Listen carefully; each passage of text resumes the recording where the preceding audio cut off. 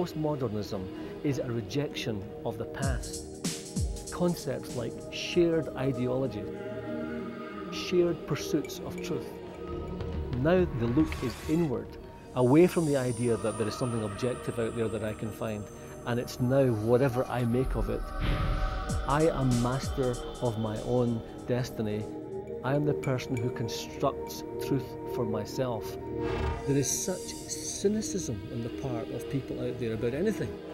There is particular cynicism about Christian people because they seem to live in a world of unreality and a world of conformity and a world of conservatism which the postmodernists will naturally reject.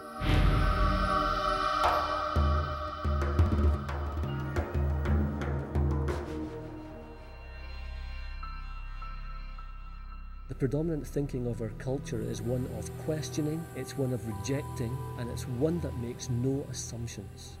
They're taught to question, they're taught to doubt, and so being a missionary here and teaching Christ and trying to bring Christ to people, it's hard work because you just get this wall of doubt and questioning all the time. And so he doesn't want to know about hymnology and theology and religious cliches and lectures and the 5 spiritual laws communicated to him in the same ways we have communicated to everybody who's anywhere for generations. You can defend your opinion to death in terms of postmodernism, but the battle is really fought for the credibility of the faith is fought on the level that what we believe makes sense and works out in our community. Do the disciples love one another? Is there unity?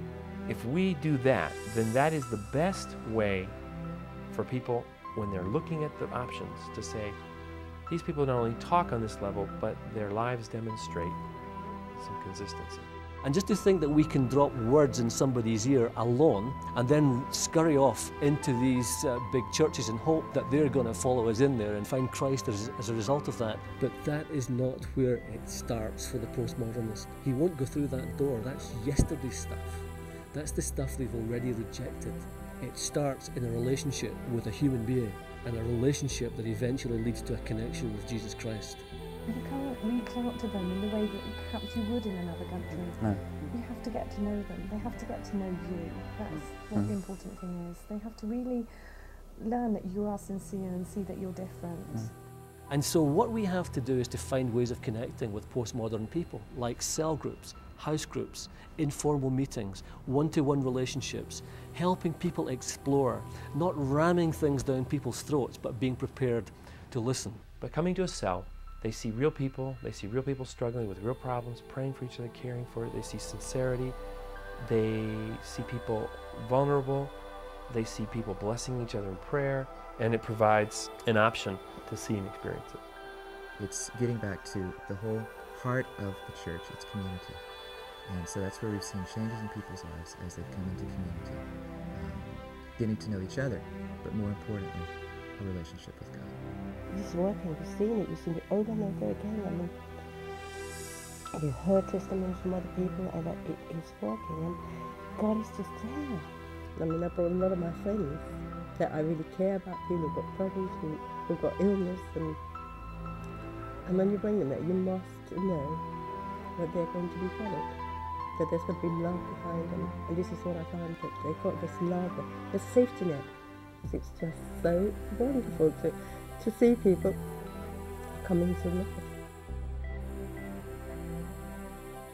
It's working incredibly all around the world for that reason, because people are tired of religion and they're looking for relationships.